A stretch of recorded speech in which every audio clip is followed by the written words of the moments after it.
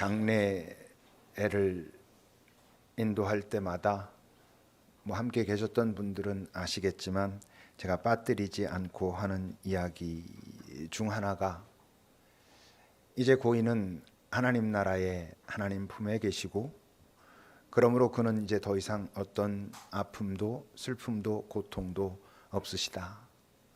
그런데 아직 그분에게 남아있는 한 가지 염려가 있다면 그건 뭘까라고 이야기하면서 이 땅에 남겨두고 온 가족들을 위한, 그들을 향한 그 염려가, 아마 그 땅에도 하나님의 나라에도 염려가 있다면 바로 그 염려 한 가지가 있지 않을까. 이 땅에 두고 온 나의 사랑하는 가족들이 하나님의 사랑을 알고, 그래서 믿음을 지키면서 하나님의 평화를 이 땅에서도 잘 살아낼 수 있기를, 그래서 다시 만나는 날 서로 참 기뻐하고 축복하면서 서로 수고했노라고 고마웠다라고 그렇게 말할 수 있는 그런 시간을 기대하며 하는 그 염려 한 가지가 있지 않을까 하는 이야기를 하곤 합니다. 하나님 나라에 이 땅에서의 삶을 마치고 온전한 하나님의 나라에 들어갔다는 건 우리 존재가 온전한 내가 됐다는 것을 의미하지요. 명백한 나, 하나님께서 처음 창조하실 때 기대하셨던 바로 그 모습 그대로가 된다는 것이지요. 그 온전한 하나님의 나라에서는 그 누구도 더 이상 하나님을 믿는 자들이 아닙니다. 하나님을 아는 자들인 것이죠. 만난 자들인 것이죠. 다시 말하면 하나님을 온전히 알게 된 것이고, 하나님을 온전히 알면 내가 온전한 존재가 되게 됩니다. 그러니 어떻겠어요? 더 이상 자기 자신을 향한 염려나 아쉬움은 없게 되는 것이지요. 근데 지금 우리가 바울의 이 후반부의 이야기를 보면 우리가 다 느낄 수 있다시피 바울은 아직 이 땅에 있거든요. 아직 이 땅에 있으면서도 그는 자기에 대한 염려가 없어요. 더구나 지금 그는 분명히 느끼고 있거든요. 이제 내 앞에 환난이, 고난이 기다리고 있다. 죽음이 내게 다가오고 있다라는 걸 분명히 느끼고 있으면서도 그는 자기를 향한 염려는 더 이상 갖고 있지 않습니다. 왜 그렇다고요? 이 땅에 있지만 그는 이미 하나님의 나라를 꽤 진지하게, 그 나라의 실제를 꽤 분명하게 경험하고 있기 때문에 자기를 위한 염려는 더 이상 갖고 있지 않아요. 지난 주간에도 제가 평소 알고 지내는 장로님의 어머님께서 이 땅을 떠나셔서 함께 예배를 드릴 수 있겠는가 해서 같이 예배를 드렸습니다. 그 어머님의 짧은 일대기를 보내주셔가지고 읽었는데, 그 남편은, 그러니까 장로님의 아버님은 목사님이셨습니다. 보니까 참 만만치 않은 삶을 사셨더라고요. 당신의 자녀들도 먼저 세상으로 보내기도 하고 그 삶 자체도 쉽지 않은 삶을 사셨음에도 불구하고 그분의 그 삶의 마지막 자리에서의 고백은 지난번 제 후배가 그랬다고 한 것처럼 내 삶이 참 행복하다. 너들한테 되게 고맙고 내가 솔직히 슬픔이 없다. 이런 말씀을 하셨다고 해요. 그 슬픔이 너희랑 이별하는 게 난 하나도 슬프지 않아 이런 뜻이 아니죠. 그 슬픔이 없다라고 말씀하시는 건 우리가 영원한 나라에서 다시 만날 것을 아니까. 그분이 지금 행복하다고 말씀하시는 건 오래 사셨기 때문에, 내 자녀들이 꽤 나름대로 지금 자리를 잡았기 때문에가 아예 없지는 않겠지만 더 본질적으로 이게 끝이 아니란 걸 아시니까. 다른 말로 하면 이 땅에서도 하나님의 나라가 그분에게 너무 명확하니까 그 행복을 놓치지 않을 수 있는 것이고, 그리고 그 슬픔 너머에 그들과의 다시 만날 그 소망이 있기 때문에 슬픔에 빠져버리지는 않으실 수 있었던 것이지요. 바울의 삶이, 성경에 나오는 이 바울의 삶이, 또는 많은 우리 믿음의 선배들의 삶이 바로 그러했습니다. 그렇기 때문에 오늘 이제 그 에베소의 교우들, 특히 지도자들을 불러서 하는 이야기가 이렇게 진행되고 있습니다. 25절부터 27절까지 읽어봅시다. 시작.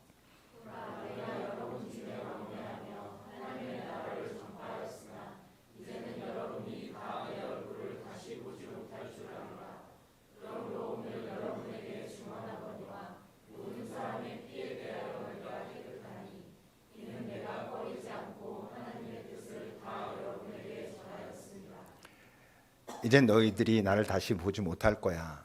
나도 너희들을 다시 볼 수 없을 것 같아. 라는 건 이 땅에서 이제 이별을 이야기합니다.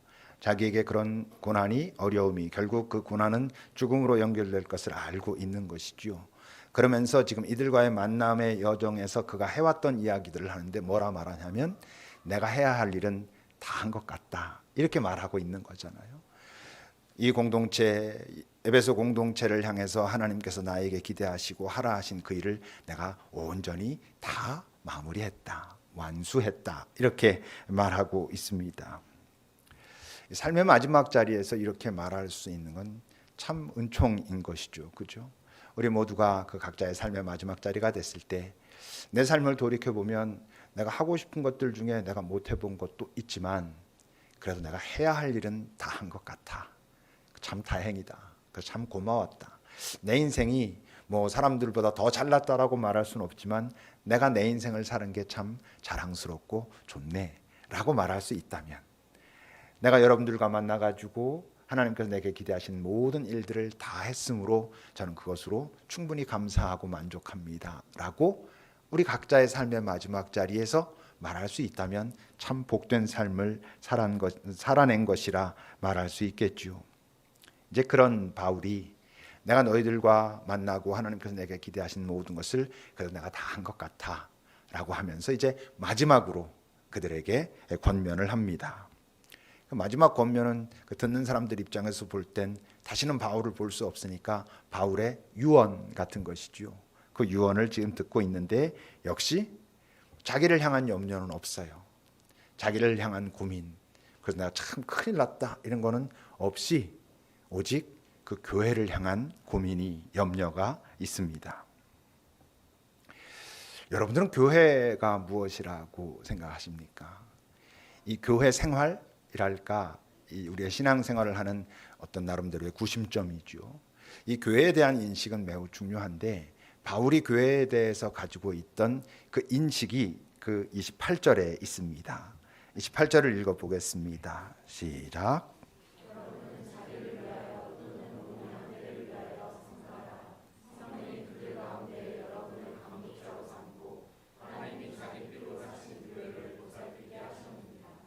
많은 분들이 기도하고 이럴 때 그 교회를 향한 수식어로 많이 붙이는 단어가 말이 여기 있는 겁니다.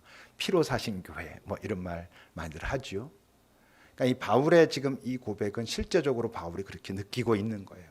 하나님께서 자신의 피로 사고 세우신 교회, 교회는 그렇게 만들어졌다라고 인식하는 거죠. 하나님이 자기의 피로 사셨다라고 하는 건 그 안에 물론 다양한 의미가 있습니다. 그분의 사랑, 그분의 희생, 또 그분의 부활, 불어넣으신 생명, 또 그 공동체를 통해서 이 땅에 생명을 흘려보내시겠다라고 하시는 그 여러 가지 의미가 있지만 어쨌건 바울이 교회를 생각할 때 하나님께서 당신의 피로 사셨다라고 했다면 교회에 대한 바울의 그 마음이 어떻겠어요? 두려움과 떨림이 있는 것이죠.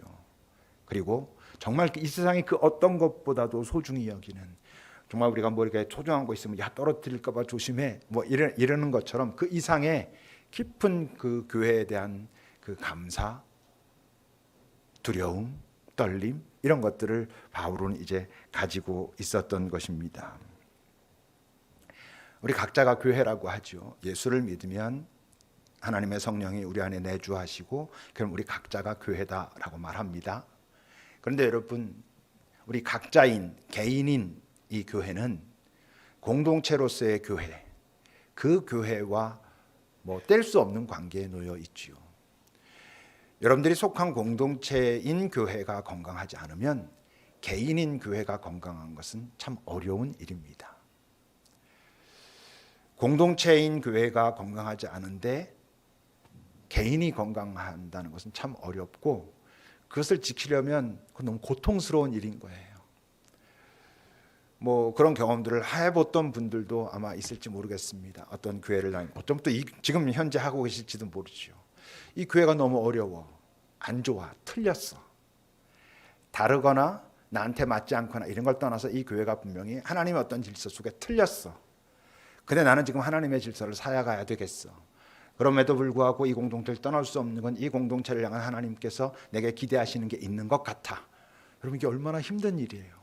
이 땅에서, 이 세상에서, 이 세상 질서와 맞서 싸우는 것도 쉽지 않은 삶을 살고 있는데, 하나님의 백성들이 모였다라고 하는 이 공동체인 교회 속에서 또 그 바른 교회를 지키기 위해서 애쓰고 있다면 얼마나 힘들고 소모적이겠어요.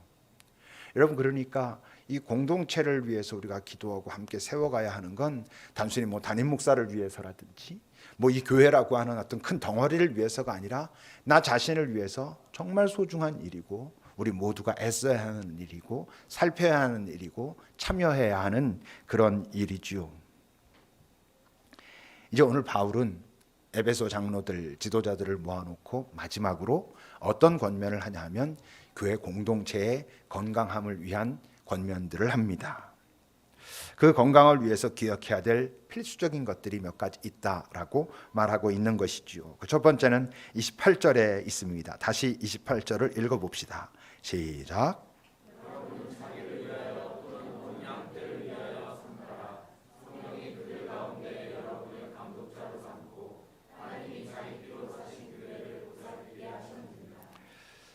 삼가라라고 하는 단어는 주의하다, 집중하다 이런 뜻입니다. 너 자신을 위해서도 그렇지만 이 공동체에 속한 모든 사람들을 위해서도 너는 주의하고 집중해야 된다라고 말하고 있는 것이죠. 주의하다, 집중한다라는 것은 뭐랑 관계가 있겠어요? 책임감과 관계가 있는 것입니다. 어떤 책임감을 가지고 이것이 지금 제대로 잘 가고 있는 것인지를 주의하고 집중해서 살펴라라고 말하고 있는 것이지요.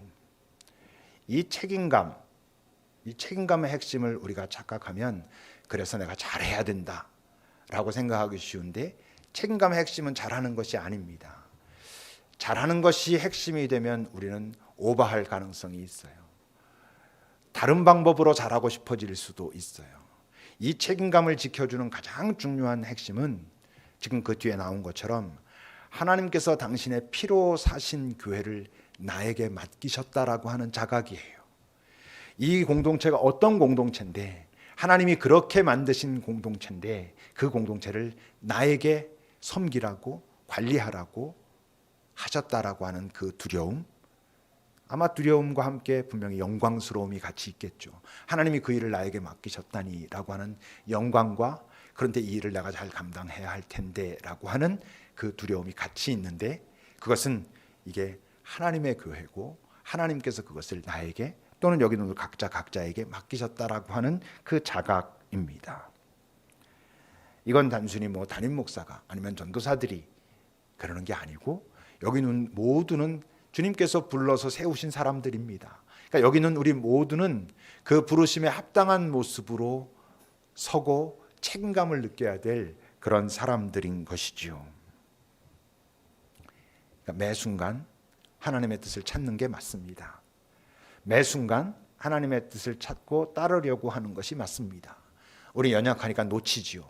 놓칠지라도 내가 자주 놓치는 사람이기 때문에 하나님의 뜻을 찾고 따라야 한다라고 하는 그 의식 자체를 놓쳐버리면 이제 진짜 나빠지는 것이고, 자주 넘어지지만 헷갈리지만 그래도 이 공동체가 하나님께서 피로 사신 그런 공동체라고 한다면 그분의 뜻을 찾아야 되고 그분의 뜻을 따라야 되는 게 맞아라고 하는 인식은 놓치면 안 되는 것이지요. 여러분, 교회가 하나님의 교회라고 하는 것을 놓치면 어떻게 되겠습니까? 그걸 놓친 사람은 이제 자기가 주인 노릇을 하는 것입니다. 주인 노릇을 한다는 건 다른 말로 하면 내 뜻대로 하는 것입니다. 하나님의 뜻이 무엇인지 알고 그 뜻을 따라가려는 게 아니라 내 뜻을 하나님의 뜻과 동일시하기 시작하는 것입니다. 그러면 이제 나빠지는 거죠. 하나님께서 내게 맡기셨다라고 하는 의식은 우리가 자주 말하는 것은 청지기 의식입니다. 내가 맡은 자. 그 청지기라고 말할 때 그냥 돈만 받고 싹군 머슴과 다른 것은 뭐예요? 그 청지기는 주인 의식이 있어요. 주인 노릇과 주인 의식은 다릅니다. 건강한 주인 의식은 성실하고요, 성실하면서도 겸손합니다. 그 하나님께서 이 공동체를 그렇게 세우셔서 나에게 이 공동체를 섬기라 하셨다라고 하는 그 책임감, 그 청지기 의식이 가져오는 성실과 겸손, 이것이 저에게뿐만 아니라 여기는 우리 모두에게 있어야 되는 그런 마음인 것이죠. 그렇게 잘 섬기기 위해서 바울 사도가 꼭 필요하다고 한 두 번째 것이 있는데 31절입니다. 함께 읽읍시다. 시작.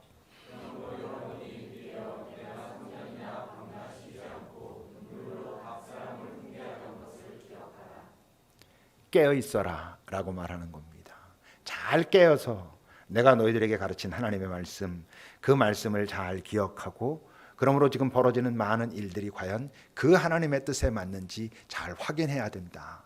다른 말로 하면 뭐겠어요? 이 말은 영적인 식별력이 필요하다는 것입니다. 하나님의 마음, 하나님의 뜻이 우리에게 지금 이 상황 속에서 무엇을 말씀하시는지를 알아챌 수 있는 영적인 식별력이 필요하다. 그러기 위해서 깨어 있어야 된다라고 말하고 있는 것이죠. 교회는 개인으로서의 교회든 공동체로서의 교회든 교회 안에는 두 종류의 세상이 부딪히고 있는 것입니다. 아예 우리가 좁은 의미로 말하는 세상, 교회와 하나님의 나라와 반대 개념으로서의 세상은 세상의 질서만 있습니다. 그러니까 거기는 세상의 질서대로 가는 것이지 다른 부딪힘이 없어요. 근데 우리는 어떤 사람들이에요? 세상의 질서 속에 살던 사람이고 세상의 질서 속에 살던 사람들이 모인 곳입니다. 그러니까 이 속에는 지금까지 나에게 익숙한 이 세상의 질서와 이제 하나님을 알고 하나님을 만나게 된 하나님의 질서가 부딪히는 그런 사람들입니다. 그런 모임입니다. 그러니 교회는 개인이든 공동체든 끊임없이 이 세상에 존재하는 한 그 정체성을 위협받을 수밖에 없습니다. 끊임없이 우리가 새롭게 알게 된 그 질서를 깨뜨리려고 하는 여러 시도와 공격과 위협들이 우리에게는 있다는 것이지요. 바울 사도는 그걸 이제 알고 있는 겁니다. 29절을 읽어봅시다. 29절입니다. 시작.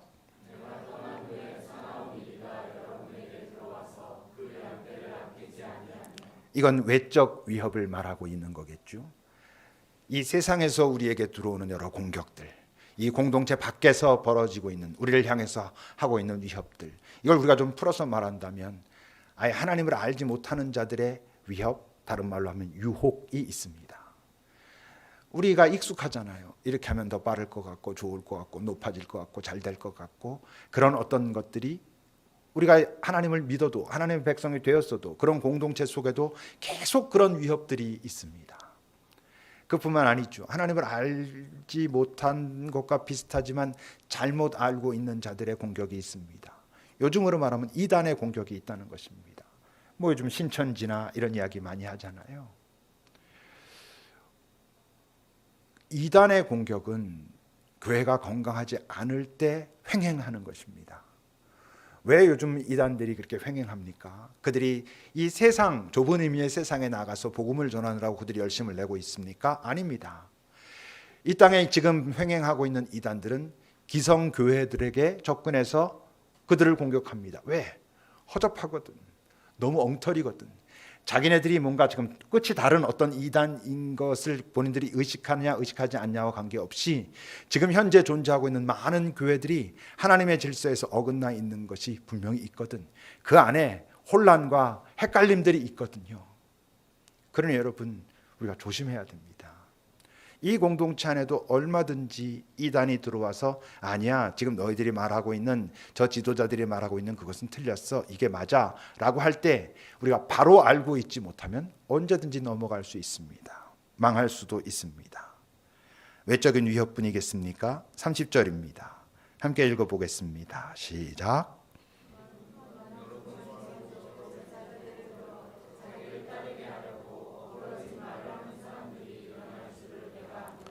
이 안에서도 그런 일들이 벌어질 거라는 것입니다. 여러분, 공동체 안에 있지만 하나님이 내 욕망의 도구가 되어 있을 수 있고요. 하나님이 내 욕망의 도구가 되어 있으면 그에게는 소속감이 없습니다. 이 공동체는 별로 중요하지 않습니다. 나라고 하는 존재의 삶만 중요한 것입니다. 하나님과의 관계도 다른 사람들과 함께 연합하는 하나님과의 관계는 필요 없이 내가 내 원하는 대로 나를 이끌어주고 내게 도움을 주는 하나님에게만 관심이 있습니다. 그들은 공동체를 깨뜨리게 되어 있습니다. 뭐 교회에서 뭐 우리 교회 같은 데는 그렇게 쳐주지도 않지만 어떤 교회들은 그 교회에서 어떤 직책을 맡는 것이 권력이 될 수도 있습니다. 그래가지고 자기 사람들을 만들고 자기네들의 분파를 만들고, 실제로 고린도 교회 같은 데만 해도 바울이 뭐 아볼로파다, 바울파다, 뭐 누구파다 그렇게 막 분란이 있는 걸 이야기하잖아요. 이 땅의 교회에서 얼마든지 그런 일이 일어날 수 있다라는 것을 아마 2000년 전 바울이 이미 알고 있었을 것입니다. 분별 없는 열심은 하고 있는데 자기 뜻이 하나님의 뜻과 같다라고 착각하고 고집하고 있는 사람들이 있을 수 있습니다.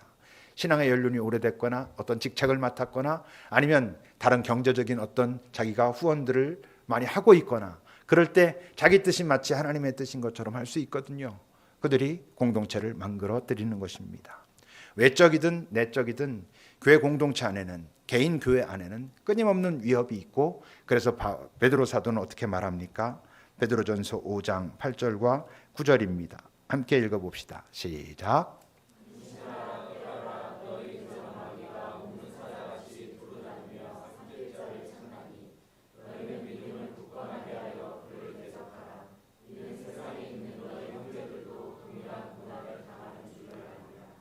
마귀에 대해서 우리가 가지고 있는 큰 착각 중에 하나는 마귀가 보일 거라는 착각입니다. 내가 알아볼 수 있을 거라고 하는, 알아챌 수 있을 거라고 하는. 마귀의 가장 중요한 공격 무기는 비밀스러움입니다. 알 수 없는 것입니다. 우리는 내 생각이라고 생각하고 저렇게 하면 좋을 거라고, 내게 굿 아이디어가 떠올랐다라고 생각하는 그 어떤 모습으로 틀림없이 마귀는 다가옵니다. 마귀가 이렇게 알게 다가오겠어요? 자주 얘기하잖아요. 예수님의 시험 때 정말 그 빨간 얼굴로 뿔나가지고 삼지창 들고 이렇게 와가지고 예수님한테 그랬겠어요? 유다한테 예수를 팔고자 하는 생각을 넣었다라고 했을 때 그 생각이 사단이 지금 나에게 이런 생각을 주는구나, 오케이 나 거기에 동의해, 이랬겠어요? 아닙니다. 아주 굿 아이디어인 것 같은데, 이렇게 해야 내가 더 잘 살 수 있을 것 같은데 모습으로 다가옵니다. 그러니까 어떻게 되지 않으면, 깨어있지 않으면, 눈 뜨고 깨어있는 거 아니 영적으로 식별할 수 있는 그런 능력을 갖지 않으면 우린 이게 참 좋겠는데 라고 했는데 전혀 딴 곳에 가 있을 수 있다라고 바울이 그 교회를 안타깝게 생각하면서 말하고 있는 것이죠. 어떻게 깨어 있습니까?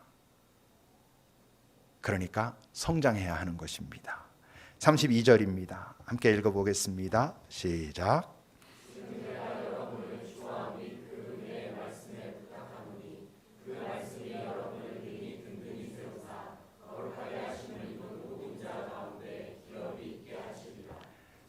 무엇으로 성장합니까? 교회는, 개인의 교회든 공동체로서의 교회든 그 교회는 어떻게 성장하고 성숙합니까?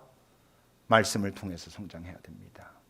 왜 말씀을 통해서 성장해야 될까요? 우리가 익숙한 그동안의 삶이 있잖아요. 내가 교회가 됐어요.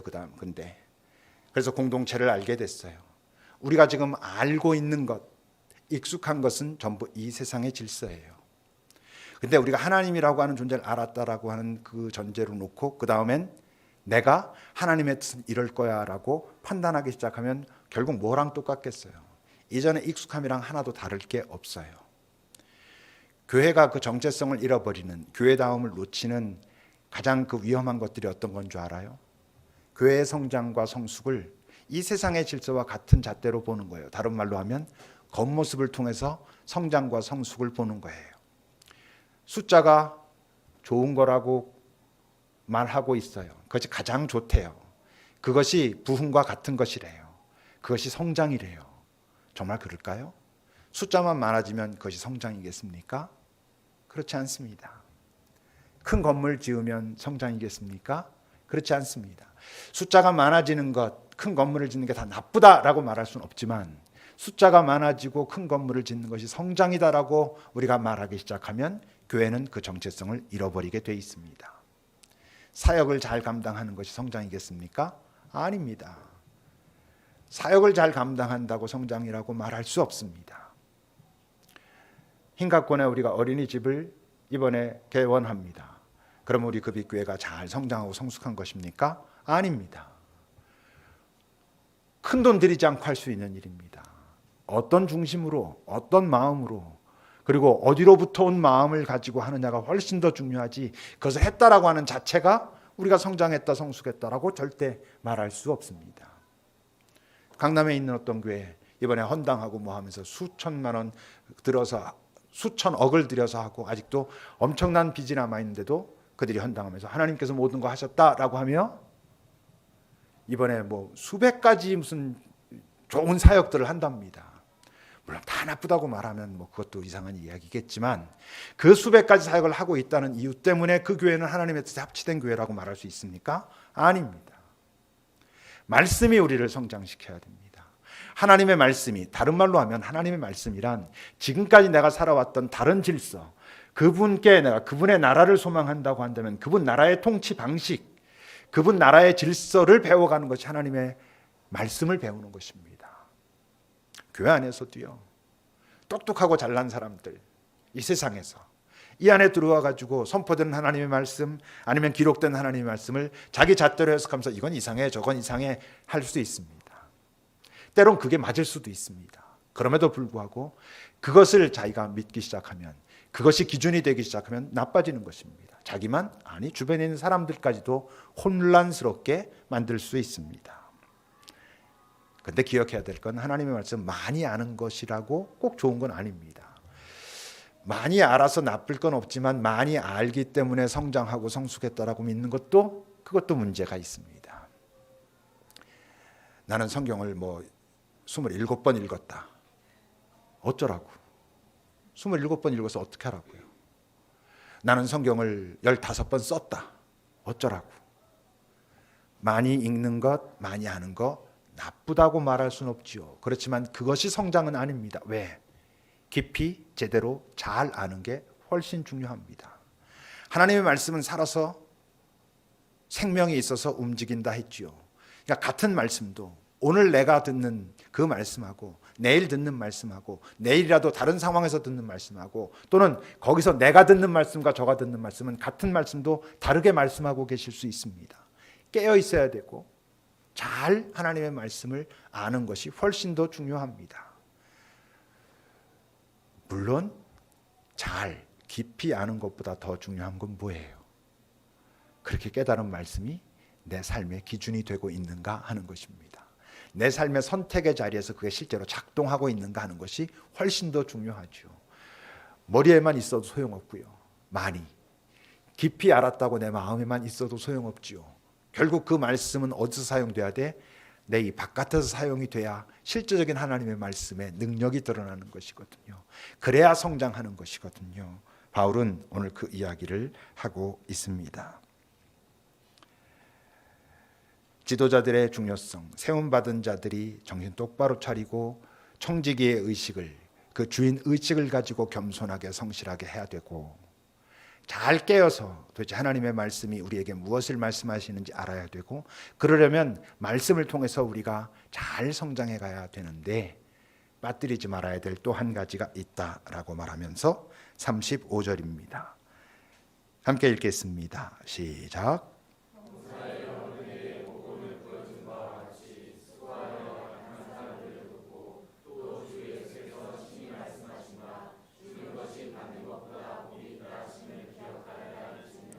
주는 것이 받는 것보다 복이 있다라는 말씀을 다른 말로 하면 너희들이 이 땅 사는 동안 나눔의 기쁨을 알아야 된다. 흘려보내는 기쁨을 경험하며 살아야 된다.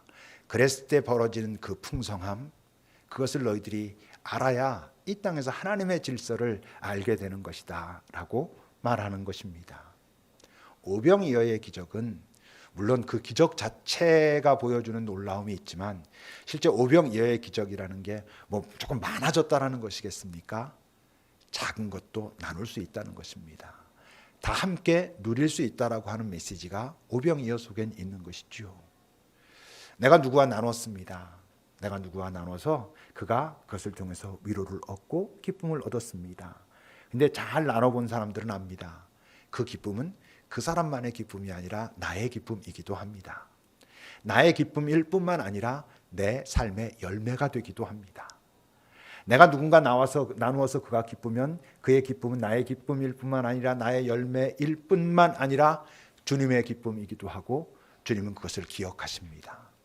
우리가 겸손하고 정말 상대방에 대한 깊은 애정과 배려로 나눈 그 모든 것을 주님은 기억하십니다. 네가 참 잘했다. 내가 너에게 허락한 것을 그렇게 나눔으로 내가 너에게 준 그 모습 그대로 가장 아름답게 사용하였다라고 주님은 기억하십니다. 비춤터 사역을 우리가 합니다. 비춤터 헌금을 그래서 하지요. 비춤터가 무슨 뜻인지 아시죠? 비춤터란 이런 의미로 지은 겁니다. 빛 되신 하나님께서 춤추시는 곳.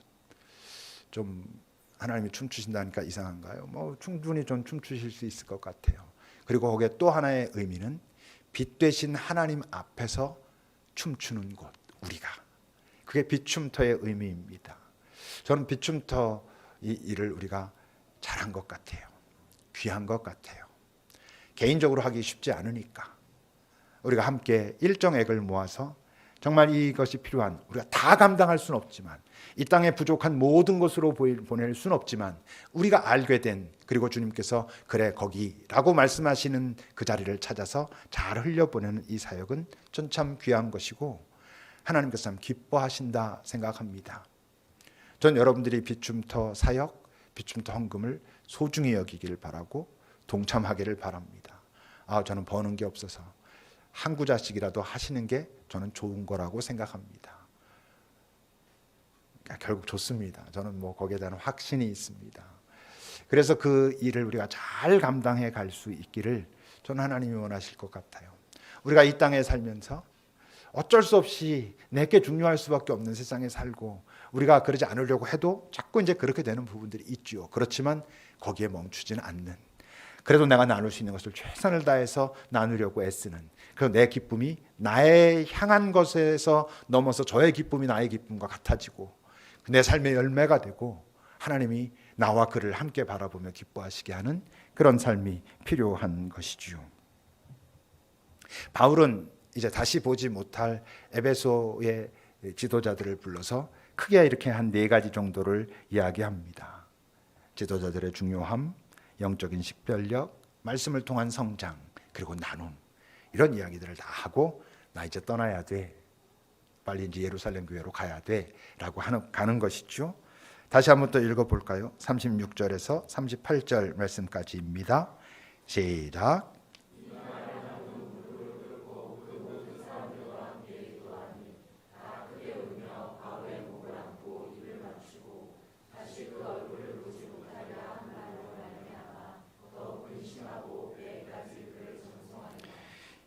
이 말씀이 이렇게 눈으로 읽고 머리로 생각할 때 하고 여러분들이 이 말씀 속으로 깊이 들어가서 바울의 지금 마음과 떠나보내는 에베소 지도자들의 그 마음과 그 마음을 갖기까지 그동안에 그들이 가졌던 시간과 관계들을 가만히 가지고 바라보면 정말 깊은 감동이 있는 자리입니다.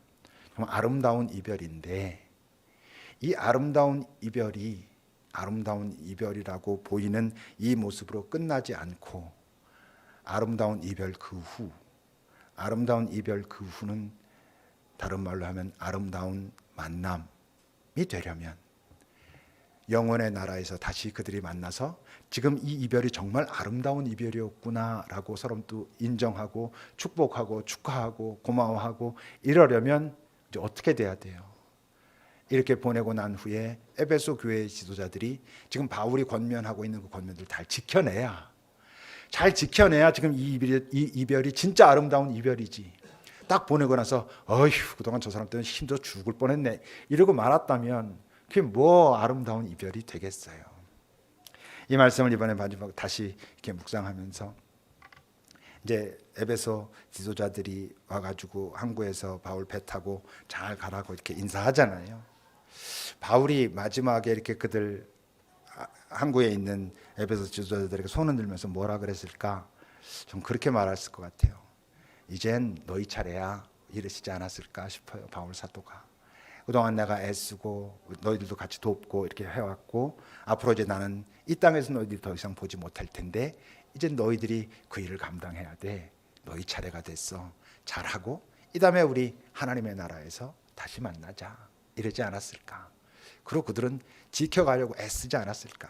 나중에 에베소 교회 보면요, 그 에베소서 뭐 이런저런 문제들이 물론 생깁니다. 그래서 바울이 걱정하면서 이런저런 얘기들 하지요. 문제가 없을 수 없지만 그래도 여러분, 지금 바울이 권면한 그 권면을 기억하고 그것을 지키려고 애쓰려고 했던 사람들이 있었기 때문에 그 복음은 에베소 교회에서 계속 진행되어 왔던 거 아니겠습니까? 우리 급익교회도 뭐 제가 부족하고 많이 그렇지만 그래도 우리가 같이 그동안 해왔던 이런 부분들이 그냥 저로 인해서 끝마쳐지지 않으려면, 또 좀 더 성장하려면 이제 여러분들이 어떤 부분 준비하고 기억하고 기대하고 하나님과 나누고 성장하고 그런 교회가 되기를 하나님께서 보실 때, 급익교회 보면 그래도 내가 참 이 땅에 많은 교회들이 헤매고 있는데 약간은 위로가 된다, 이런 교회가 되기를 주께서 원하시지 않겠습니까? 기도합시다. 우리 각자의 삶을, 또 이 공동체를 좀 잠시 돌아봅시다. 나는 하나의 교회로, 또 이 공동체에 속한 자로 어떤 교회를 살아가고 있는지 우리 잠시 돌아봅시다.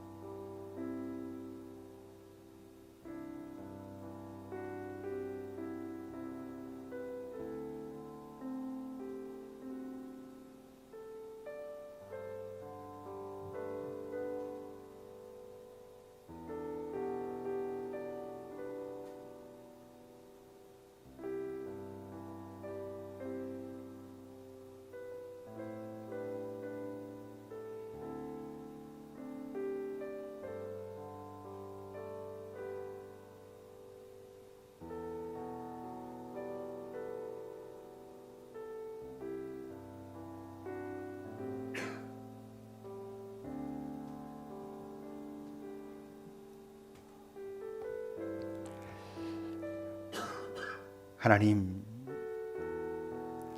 우리가 참 그렇게 말하고 듣고 합니다.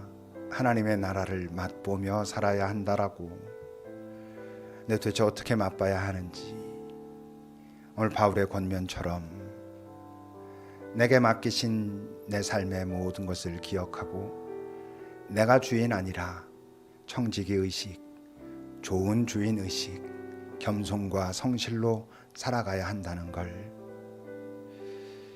그러면서도 이 세상의 그 세밀한 유혹과 그 교묘함을 기억하고 잘 깨어 있어야 한다는 걸, 깨어 있되 하나님의 말씀으로 채워지고 성장하여야 한다는 걸, 그러면서도 내게 허락하신 것들, 그것을 나눔으로 그것들을 풍성하게 만드는 그 경험이 있어야 이 땅에서도 하나님의 나라를 맛볼 수 있고, 이 땅 순례의 길, 하나님의 나라, 온전한 하나님의 나라를 향하여 걸어가는 그 순례의 길을 조금 더 자유롭게, 평화롭게, 더불어 함께 살아갈 수 있다는 것을 우리가 믿고 시도하고 살아갈 수 있는 은총을 허락하여 주소서. 우리 모두도 내 삶의 이 땅에서의 마지막 날, 내 가까운 사랑하는 사람들과 아름답게 이별하며 그래도 내가 내 살아야 할 삶을 다 산 것 같아 감사해 라고 헤어질 수 있기를, 그리고는 다시 아름답게 만날 수 있기를 우리를 인도해 주소서. 예수님의 이름으로 기도합니다. 아멘.